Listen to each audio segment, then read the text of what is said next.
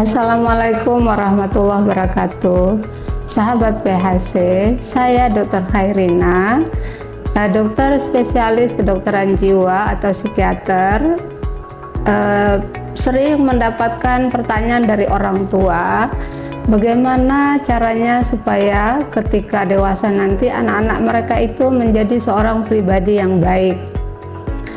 Atau ada juga yang bertanya ketika anak mereka itu sudah bermasalah. Nah, ini memang banyak faktor, tetapi faktor yang bisa kita utamakan adalah pengasuhan di masa kecil, kemudian menyediakan lingkungannya yang baik, dan memberi model, apakah dari orang tua atau dari pengasuh yang lainnya atau dari keluarga yang terdekat dari anak-anak itu yang dilihatnya sejak dari kecil.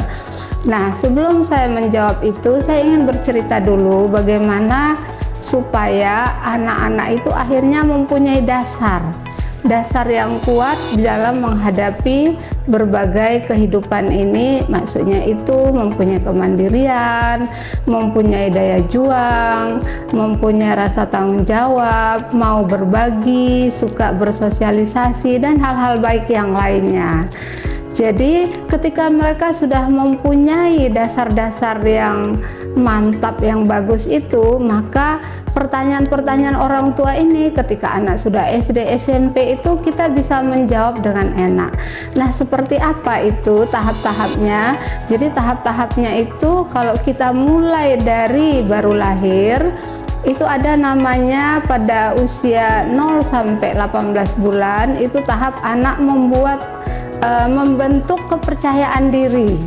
Jadi kalau orang tua atau lingkungan itu memberikan kebutuhan anak sesuai dengan fasenya, kan kita tahu anak kalau baru lahir bisanya hanya nangis, tapi nggak bisa apa-apa. Nah, di situ ketika kebutuhannya kita berikan, maka dia akan merasa, oh dunia ini baik sama dia, oh dunia ini tidak jahat. Tetapi kalau misalnya kita terlambat memberikan setelah dia menangis lama begitu ya, nah maka anak mengira itu dunia ini jahat.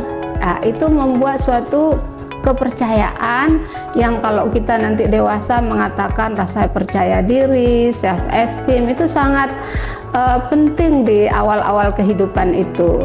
Kemudian pada usia 18 bulan sampai 3 tahun mereka membentuk rasa bahwa dia itu punya otonomi, merasa mampu. Oh, saya mampu mengikat tali sepatu. Kalau zaman dulu tali sepatu ya, kalau sekarang memakai sepatu pada usia-usia 3 tahun, 4 tahun. Kemudian mungkin usia 5 tahun dia merasa bisa memanjat, usia 7 tahun merasa bisa membantu orang tuanya dalam pekerjaan-pekerjaan kecil. Dia merasa bangga dengan kemampuan itu.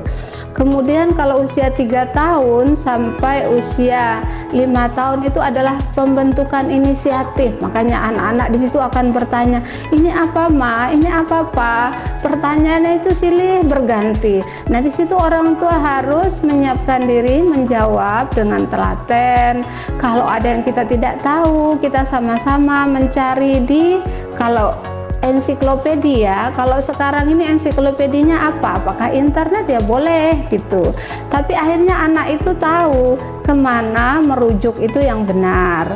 Kemudian tahap selanjutnya adalah tahap industri. Anak itu pada usia 5 sampai 12 tahun, misalnya kalau perempuan pandai memasak, kalau laki-laki itu sudah mulai di lapangan itu main bola, memasukkan gol. Itu adalah suatu produktivitas. Nah, tahap-tahap ini semua kalau dilalui anak dengan baik, itu dia akan mendapatkan fondasi sehingga saya bisa menjawab ketika orang tua bertanya, bagaimana supaya anak saya bisa membangun kepercayaannya, bagaimana supaya dia bisa membina hubungan dengan yang terdekat, dengan yang lebih jauh, keluarga yang lebih jauh, bahkan dengan teman-temannya, bagaimana anak itu bisa meredakan stresnya kalau dia sedang stres, dan pertanyaan-pertanyaan lainnya.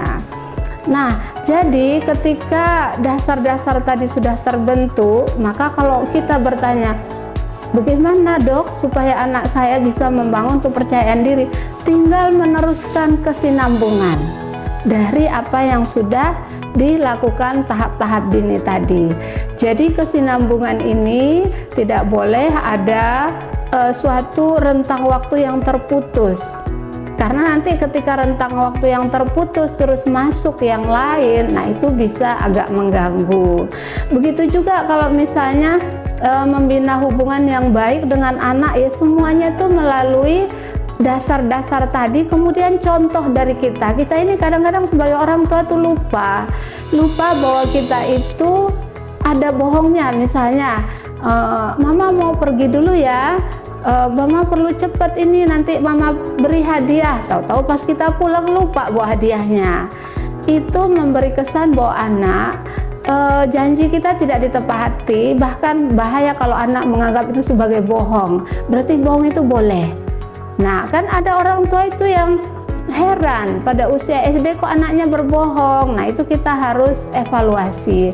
Adakah kita sebagai orang tua, sebagai lingkungan yang pernah melakukan hal-hal yang dikonotasikan anak sebagai bohong? Jadi pendidikan yang didapatkan anak itu bukan berdasarkan apa yang kita pikir itu sudah baik, tetapi apa yang ditangkap anak pada usia fase-fase yang kita tahu setiap anak itu fase tertentu cara menangkapnya yang lain, begitu. Terus kalau ditanyakan bagaimana meredakan stres, nah kalau pada usia fase-fase awal itu anak menangis, kita beri kesempatan dia menangis. Anak sedih, kita beri dia kesempatan sedih. Maka dia di situ akan berlatih bagaimana menghentikan tangisnya. Nah, kita juga kan kepada anak itu tidak boleh marah yang berlebihan atau memukul. Tetapi kalau marah dengan sopan untuk hal-hal yang harus dipertanggungjawabkan, itu sesuatu yang wajar. Tapi kita mengatakannya bukan dengan wajah amarah, tapi dengan kasih sayang. Nah, ini semua kalau kita lakukan, anak udah kita latih dari kecil bagaimana meredakan stres itu. Mungkin dia akan berkata, kasih saya kesempatan ma, kasih saya kesempatan pak, saya lagi sedih sebentar aja. Nah, tapi kalau misalnya kita belum melatih itu waktu kecil, memang akan ada kesulitan-kesulitan. Nah, kesulitan-kesulitan ini masih bisa ibu bapak pelajari kalau ibu telaten belajar. Tapi kalau yang dipelajari itu sudah diaplikasikan, ternyata masih ada kendala. Nah, disitulah bapak ibu membutuhkan profesional, apakah psikolog atau psikiater untuk mendampingi terhadap hal tertentu tersebut. Karena kan perkembangan jiwa itu banyak sekali, nggak semuanya anak itu tidak bagus, tapi pada tahap mana dia tidak bagus. Prinsipnya sedini mungkin kita mentata laksana, maka akan semakin baik kalau anak itu menghadapi rintangan-rintangan yang ada di dalam kehidupan ini. Mungkin itu yang bisa saya sampaikan untuk tips-tips kita menjaga anak kita supaya menjadi mental yang bagus.